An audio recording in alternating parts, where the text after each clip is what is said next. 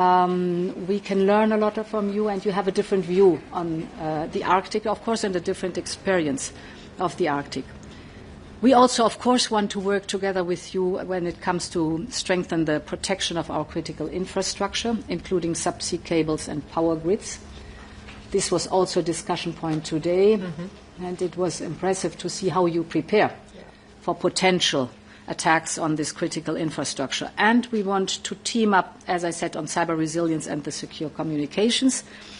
And in this sense, I'm very glad that we've settled Iceland's participation in the EU's government satellite communication program, in short, GovSatcom, and IRIS², our space-based connectivity system that is certainly, as a backup for you, of enormous importance. My third point is on climate. It is the defining challenge of our times. And it is highly visible here in Iceland, where the glaciers are losing billions of tons of ice each year, and I could see the impact that it has on nature here. Your ambition to reach carbon neutrality by 2040 is a strong and a very necessary signal. Impressive. Europe is also on the right path to climate neutrality by 2050. Earlier this month, we have proposed our climate target for 2040.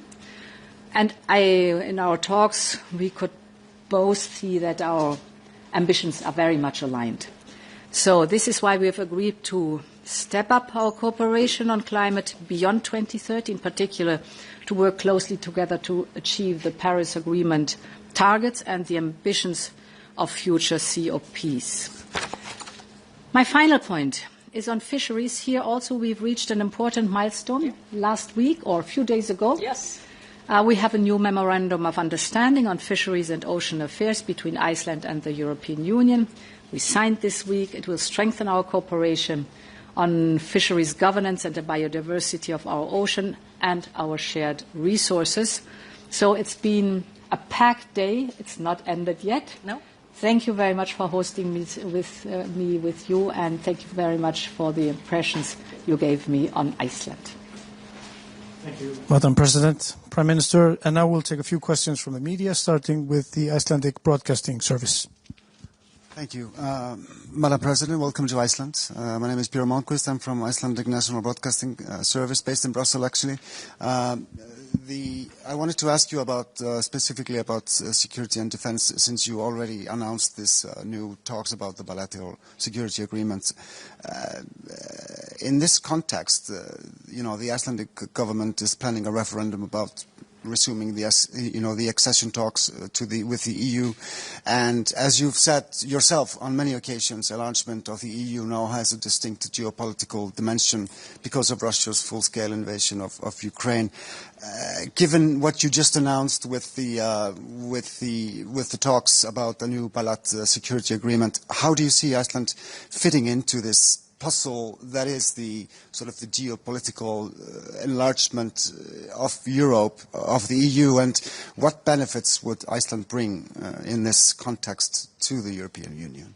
So very important is the decision on that is with the Icelandic people. Of course, the Icelandic people have to decide on how close we want to be and how to move forward.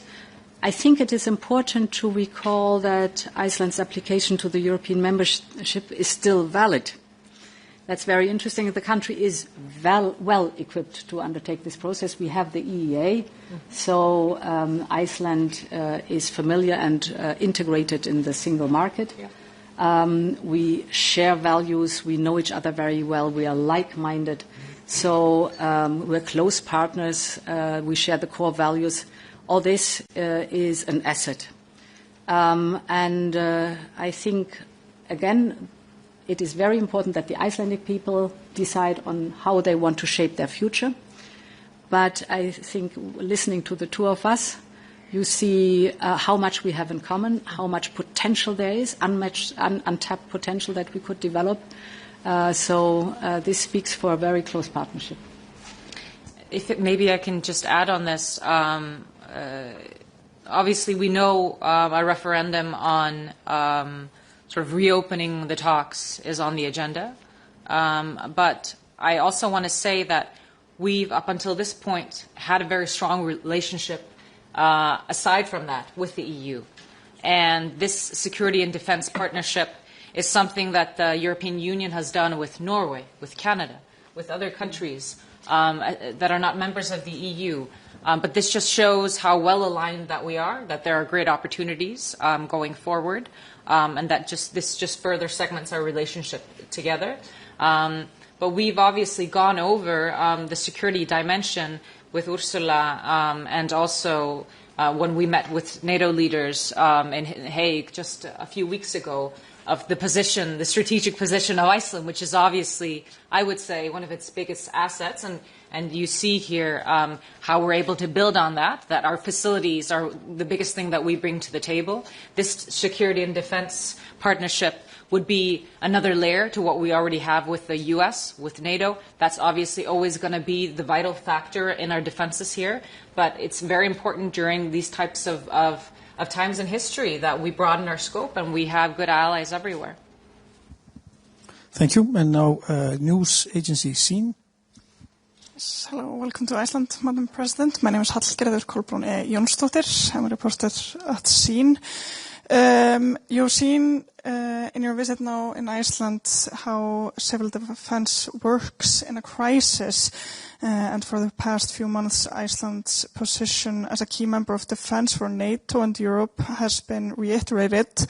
How do you see Iceland's role in this defense, and how has it been watching key operators working today? And if I may, Kristrun, ask you about this trade agreement review, what are you mostly looking at? Did I get your question right? It's on civil protection. Yeah. Well, this is impressive what I learned and saw today, how wide the scope is, because you live at this place on the globe and you have to master all the risks. So we can learn a lot. You have a whole of society approach, very strong relying on voluntary input from each and everybody. I think this is one of the big strengths of your model. You have a 360-degree look at risks and how to manage them. So it's not a narrow approach to, let's say, traditional security, but it's a wide approach that is embedded in the whole society or carried by the whole of society, and which is very strongly also calling on each and every individual's responsibility for the whole of society. So that is impressive to see. On the other hand, it's highly modern what equipment is concerned, so that you're able to search and rescue in the widest sense, but also to protect yourself, protect, for example, your critical infrastructure.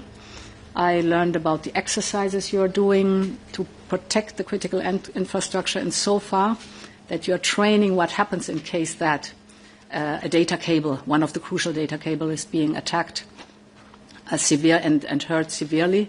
And by doing these exercises, you learn where the gaps are that you have to fill, but also where the strengths are that you have to multiply. Mm-hmm. So very impressive, and something, as I said, where we can learn from each other. Mm-hmm. Just before I go into the trade question very briefly, we have this saying in Iceland, glögt gestsaugað, or sometimes an outsider's perspective makes you realize the grand scheme of things. And there's been a lot of discussions about security and defense in Europe now, especially, obviously in the U.S. as well, but Europe stepping up. Iceland has been a member of these discussions. And I think a lot of Icelanders feel like that this is something very far from us, because we don't have a military. We haven't been active participants in that sense. But what you see is when this all comes together in a day like this is how prepared we are for a lot of the issues that are coming up, really, this resilience mindset, this preparedness mindset that Ursula is talking about. And I think sometimes Icelanders are not aware that this DNA that we have in us, it's not necessarily to be found everywhere, the way we think about being prepared. And so we will always be playing on our strengths when it comes to security and defense. There's not going to be a change in how we address those. And that's why it's so important for us to be able to show the president, how we do things. Just briefly on trade, I mean, we obviously are part of the EEA, but we don't have full market access when it comes to the products, and so we have tariffs and there are some market barriers. This is something that we're going to be looking into.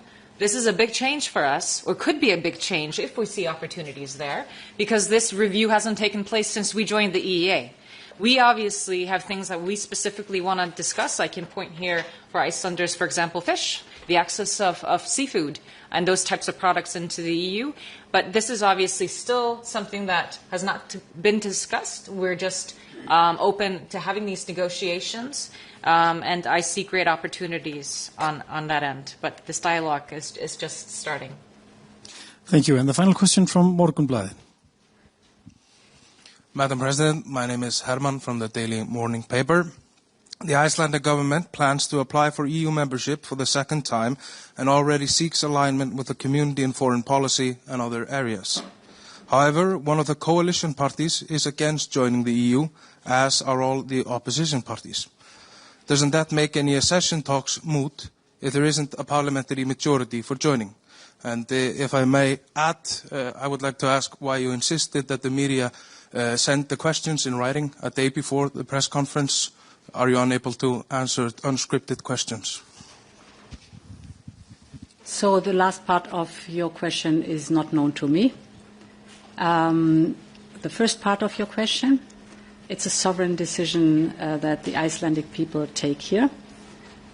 So it is dependent on the policies and the discussions in Iceland, so it's not a topic for me to comment on. Mm-hmm. I mean, I can comment on this briefly, and I think the way Ursula is answering this question is very emblematic of how the EU is approaching these types of topics. They know this is a sovereign decision. We have said that the referendum is not now on joining the EU, it's whether we go for these talks again. This is going to take up some oxygen in our system, but we think it's well worth it. We, however, want to get a mandate from the Icelandic public. All three coalition parties agree that we should have this referendum, and this third party that you're referring to wants to respect whatever decision comes out of that referendum, like every other party in this coalition. I will respect whether it's a yes or a no, and the other coalition parties will respect whether it's a yes or no. So at this point, this is where we're at. We will see what comes out of the referendum. I think that is the ultimate mandate, I will say, that we get the people to say what their thoughts are on this matter. And like I said, we have a willingness that is very clear within the coalition that we will respect whatever comes out of this referendum. Thank you. And with that, we conclude this press meeting. Thank you. Tack fyrir.